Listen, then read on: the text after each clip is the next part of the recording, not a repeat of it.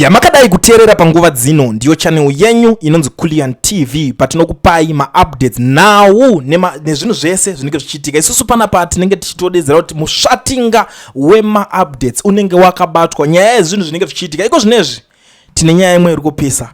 Maskritsa anogadzikana 2026 haisi kids game. 2026 pari kudiwa vanogona, kwete vari nane, kwete vanodzidzira, kwete vanoexperimenta but vari kuexperienza right. Nyaya iri panapa muri yeZimbabwe inyaya hombe inotanga diki diki, saka rega tingoti tangouya nenyaya, ndosaka tichizongoiti mishatinga yenyaya inova nyaya ye-sanctions. Pari kunzi sanctions are gone comrade. They were removed on the 4th of April 2024. We are done with that chapter. This is why our economy is now the fastest growing in SADC. We have repaired cancer machines and we have retooled NRZ to fix their General Electric locomotives. Vapedza zvavo vanonzi vatendo matinyare. But I think inini sometimes muzanu-PF mune mamwe ma-characters so andakuita ndichiita ndichifarira. Unozoti kune umwe munhu wokuti soka zanu-PF iri busy kumpusha zipropaganda like ipa pagore rega rega vanotoenda unorwa anti-sanctions march inenge chimhanyi unono kawanda hatidi ma-sanctions. Vamwe vakazobvunzwa kuti ko sanction racho zvinomboreva kuti chii. They don't even know kuti chii chinenge chiripa, but vari busy kupusha the narrative yekuti nyika iri pama-sanctions. Umwe achiti but ma-sanctions akabviswa kudhara. Pari kuti vhingawo nesuwo isusu hatichazika toteerera ani ari serious ari kutaura chokwadi ndiani, this guy oro vacho vari kutaura vese propaganda yetimu racho rese. Pozi ndingudzoti aiwa nyika iri masanctions. Ndakamboona umwe akuda kutry kutsvaga masanctions ekutsvagirira zasi ndazivisa chichi changu chandaita, saka ndaona kuti nyika ichiri pamasanctions because hachina kukwanisa kuita ngati zvimwe zvacho zvinoda kungo activatwaka. But rekedza tipinde munyaya timboonesana. Pane umwe munhu ari mumasanctions so wandonyatsoziva inini iye nemufesi wake. Like recently apa pane nyaya iri kunetsa kuvenezuela vakatora mukuru wezvigure akatorwa nebhebhe rake kutora kuti asvika kumberi asazova netse, anonga chingonzi mukadzi wako saka kana une imwe uri kuda kuita munenge muchingoita ikokoko. KuZimbabwe kune veko vanenge vachiitawo zvavo. In March 2024, the United States government added Auxillia Mnangagwa's name to a sanctions list. She was included with her husband, President Emerson Mnangagwa, and other senior officials. Ndopa itoto ana Delishingwaya, if I'm not mistaken, but one guy that I know kuti aripo is kuda kwashita gbere anga akanzi pfe ipapo. Ndo timu risingabvumidzwe kuita zvinhu zvinenge ningirikini ipapo. But they can't do business nema company eku US, they can't do zvinhu zvakasiyana-siyana, they can't invest in US kana vanga vane ma-accounts or anything chavanga vari kurana ikokoko zvinenge zvatofrizwa, kana vane ma-assets zvafrizwa, kana like une imba inongotorwa ndo dzimba dziya dzinozongonzi hanzi dzakuitwa sese ku-auctionwa or whatever, kana wanga une mota ikoko haisisiri yako because unenge une ma-sanctions. Now why Auxillia Mnangagwa was sanctioned? Why she was sanctioned? This is something very interesting. Pakuti vanhu peta tichitaura paya kuti kune zvimwe zvinhu zvokuti zvinongoitika so zvokuti nongobvongonza but you are part of it. There is no way panonzi president agadzira kana kuti aronga chaaronga iwewe as a family member usipo usiri kuita izvozvo. Kashoma pazvinoitika izvo. Saka vanototi kana vakafixa yobva wafixa nemukadzi wako, wakafixa mukadzi wako fixawo newe bonzi mese muri chinhu one because vakakusiya iwe unozouya uchiinvesta kunyika kwako kana kuti unozoita business navo. The reason why Auxillia Mnangagwa was sanctioned, the US government says Auxillia Mnangagwa and others were involved in corruption, taking or supporting illegal gains, serious human rights abuses, harm against people and repression, gold and diamond smuggling connections, helping people move valuable minerals illegally, baba. These are the main reasons mentioned in the US decision.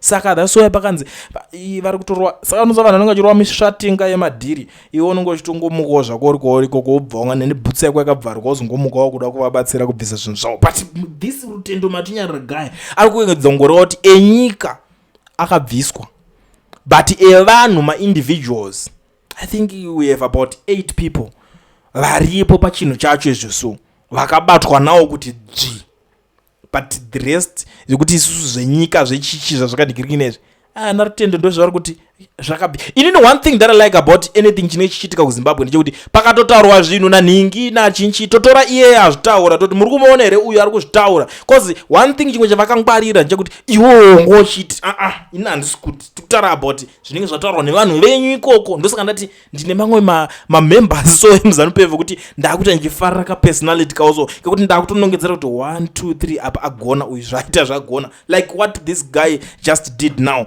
kungodzivisa vanhu kuti aiwa Zimbabwe ina masanctions. Cause chine chichiitika kanje kuti vanhu vekuZimbabwe zvinhu zvese zvazvingori zvekungotsvaga chekunongedzera.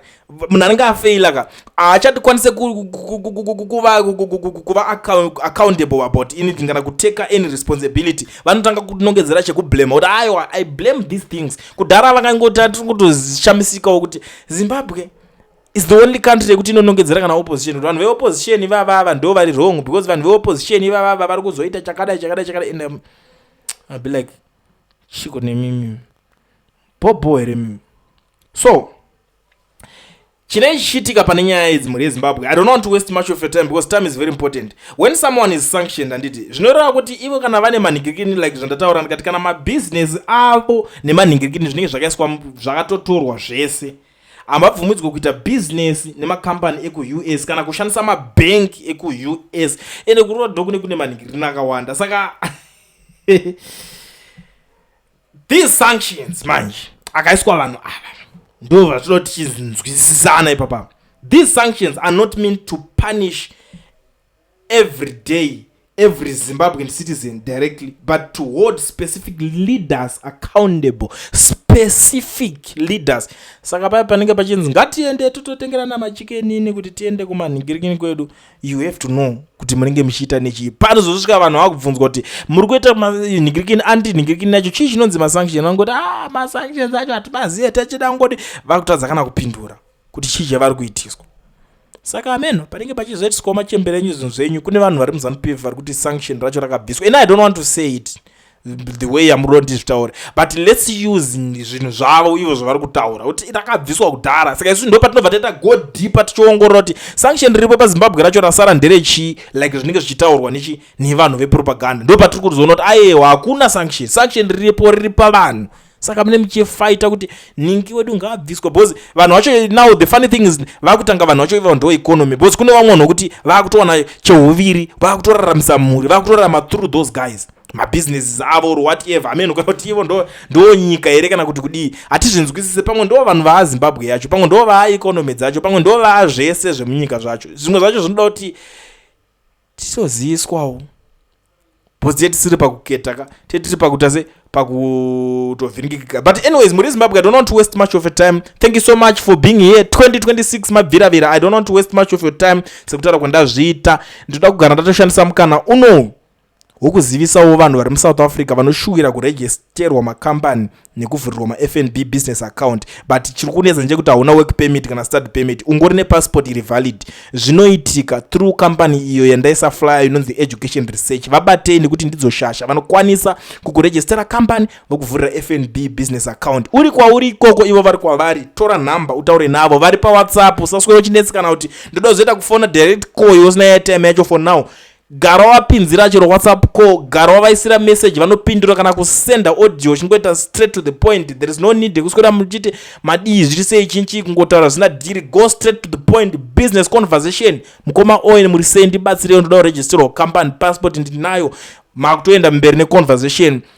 You never know. Usazosarire vamwe vakuitawo zvinhu zvinobatika kumberi. Kugara waregister company wovhurirwa FNB business account, number ndidzo ndakusire pa screen pa flyer, mutaure namukoma Owen. Izvezvi so ende vari reliable, affordable futi. Ameno kuti chii chimwe chanchada kutaura paprice andichataure because vanotozotadza kurarama kungofona mazimba zvisina direction. Kana uri serious tora number idzo dziri apo idzo dzakaningirina dzakanyorwa apo idzo utaure navo izvezvi vakubatsire.